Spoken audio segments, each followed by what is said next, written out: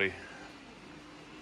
Just wanted to give an update on the after a couple weeks of driving with the 8746 ECM in the 83 Trans Am. I have no complaints. The difference between this ECM and the original 6026 and how the car runs isn't even in the same ballpark. I'm not sure. I don't even have an explanation for it. Things I have noticed, first and foremost, I've been driving this car every single day for the last 3 weeks. The gas mileage, keep in mind I have 373s and most of my driving is in the city. Very rarely do I drive on the expressway. But just in the city, I've gone from roughly 15 miles per gallon with the original 6026 1983 ECM to I'm right around 20 miles per gallon right now, city, stop and go with the 8746. I did take it on the expressway just for the sole purpose of, checking the gas mileage on the expressway. With the 6026, I was at about 22, right around 22, maybe 22 and a half with the original ECM. With this 8746, I'm a hair over 25. So I picked up roughly 5 miles per gallon city and about 2.5 to 3, give or take a half a mile per gallon highway. So that right there in itself is absolutely surprising and just ridiculous that much. Literally the only thing I changed was the ECM and picked up that kind of gas mileage. As far as performance, it does seem to be actually quite a bit different. With the 6026 in it, I was running about 12 to 13 degrees base timing, and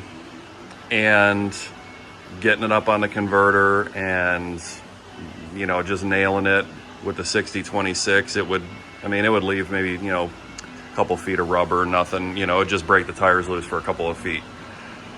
With the 8746, I actually had to I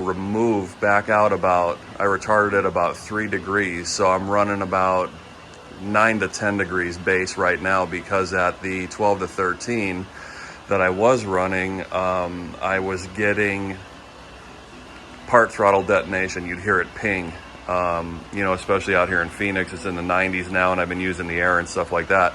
But even without the air on, you'd hear it ping a little bit, part throttle.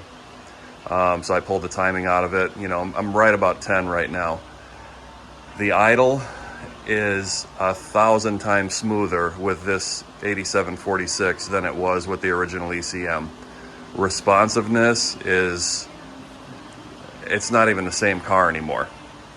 You load this thing up on the converter a little bit and hit it, and it'll actually smoke the tires all the way through first gear and get a little bit sideways going into second gear.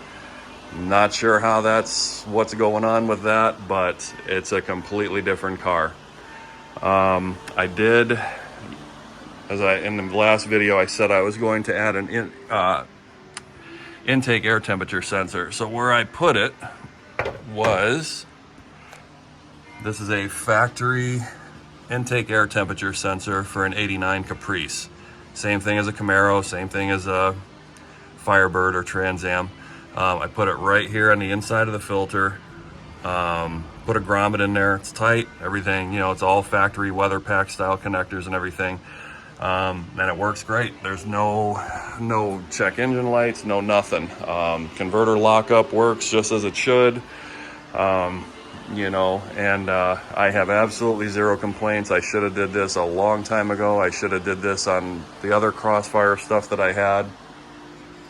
And I'm sure 7747 would net the same results. And also, I was poking around online, and I found a new old stock, brand new in the box, prom for an 89 throttle body 350 out of a police Impala or Caprice. So if I ever do decide to put a 350 in this thing, I mean, I could just drop that prom in it. I paid $20 for the prom. It's brand new in the box, and I can be off and running, you know, with a mild cam and stuff like that. Like I said, I don't know if it's ever going to happen, but for $20 with free shipping, kind of stupid not to. You know, I've gotten a couple of people comment, you know, just let me get right out there and say the original computer is sold and the Renegade has been sold. They're both long gone. So I just had no use for either one of them. Before I put my stock ported base back on it, I did a little bit more grinding on it, and I shortened the runners just a little bit more. Seat of the pants wise, it pulls every bit as hard as the Renegade. Keep in mind, again, it's a 305, so that airflow demand for that Renegade isn't there. But it pulls just as hard. It probably pulls harder with the ported base and the 8746 than it did with the 6026 ECM, the original ECM, and the Renegade on it. You know, like I said, I've never ever in my life had a, you know, granted it's not fast, but I've never had a 305 run like this before. It's still the stock 9.5 to 1 crossfire long block 416 head stock cam 1.6 rockers, stock converter, and 373s. So, you know, but I've had a real smart guy, real intelligent, you know, comment on one of the videos saying that I should have, you know, why bother with the 8746 and all the time and you know, everything put into redoing the wiring and all that stuff, and why didn't I do a mega squirt? You know, well, Einstein, why would I spend, you know, well over $1,000, close to $2,000 for a car that's never going to be anything more than what it is? It's a daily driver. You know, use your brain. I got $40 into this ECM swap, and the results are absolutely ridiculous. How good this thing runs now. I mean, it's actually enjoyable. You know, it's more enjoyable to drive. You turn the air on, it idles solid as a rock at 500 RPMs. You don't even feel the car run. So, you know, use your brain. It's not, you know, it's easy to spend other people's money. But anyway, you know, for anybody questioning, you know, and I know, like I said, the EBL and all that stuff and handboard, you know, it's around $800. And if you're looking just to, you know, do like a plug and play type thing, and you don't mind, you know, 3 hours worth of cutting, soldering, and heat shrinking, definitely I recommend picking up a 7747 or an 8746 and doing what I did, because it's not, I don't even know how to say it, it's not even the same car. I haven't touched my truck in over 3 weeks. It's been sitting there.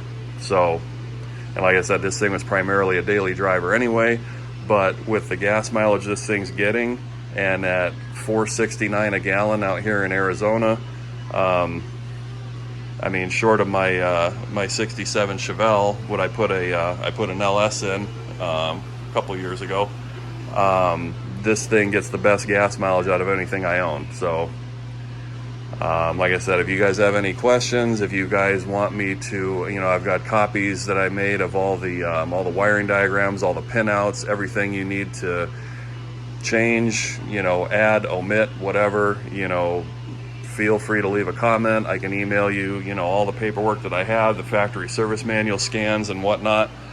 But like I said, it's, I didn't want to make a video right away,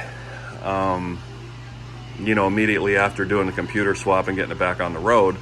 I wanted to get a couple of weeks of driving it so I can give you guys some accurate feedback as far as how it runs. But like I said, the exhaust smells cleaner. It doesn't stink anymore, even with a cat on it.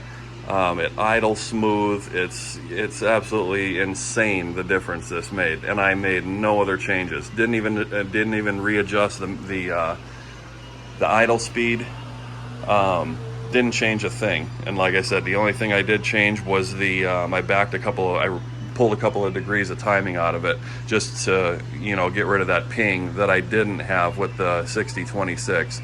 But like I said, with 3 degrees less timing, this thing would run circles around this car with the 6026 in it. So like I said, if you guys got any questions, feel free to leave a comment. And like I said, I can shoot you guys some wiring diagrams, anything you need, or some advice on how to do this, but highly recommended. All right, see you guys later.